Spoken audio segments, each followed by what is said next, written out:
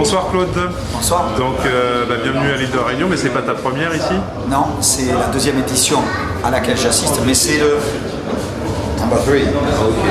Alors qu'est-ce que tu peux nous dire sur l'île en elle-même, sur l'île de la Réunion? Qu'est-ce que tu aimes, qu'est-ce que tu as découvert ici?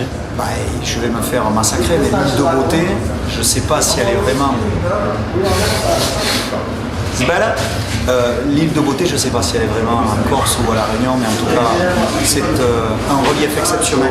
C'est une histoire volcanique exceptionnelle, ajoutée à l'histoire humaine.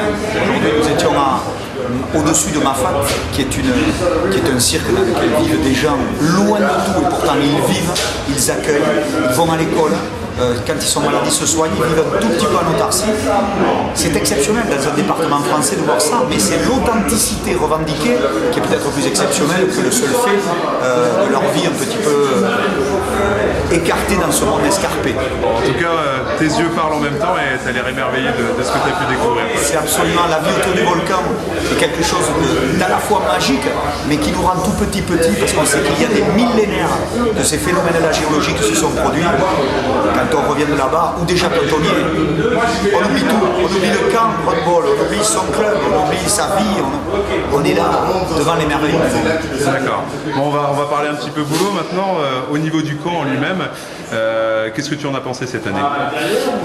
C'est au niveau du camp une première dans le sens où on a structuré, organisé ce handball localement avec les compétences extérieures, et où je suis émerveillé là aussi, c'est de voir à quel point à la fois les éducateurs et entraîneurs des clubs réunionnais ainsi que les gamins attendent de nous qu'on leur donne le maximum.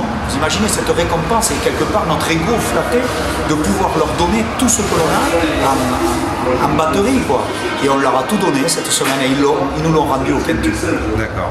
Une petite dernière question, même si c'est une belle édition, on peut toujours s'améliorer. Quels seraient pour toi les axes d'amélioration dans le futur?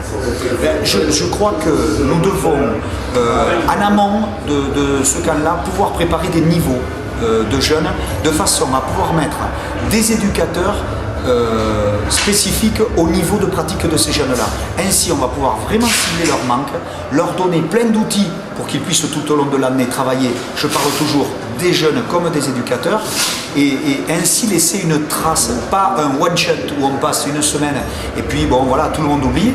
Là, nous avons convenu, et nous l'avons déjà fait, d'établir des liens, d'établir un vrai pont technique entre les entraîneurs réunionnais et les 3 techniciens que nous étions de métropole. On va essayer de le poursuivre, mais c'est sur place que nous serons efficaces. Et pour tout ça, bien sûr, il va falloir le préparer en amont. Parce qu'en termes d'infrastructure, on n'a rien envie à personne. Il faut surtout, au plan de l'organisation humaine, être dans le développement et un peu plus performant.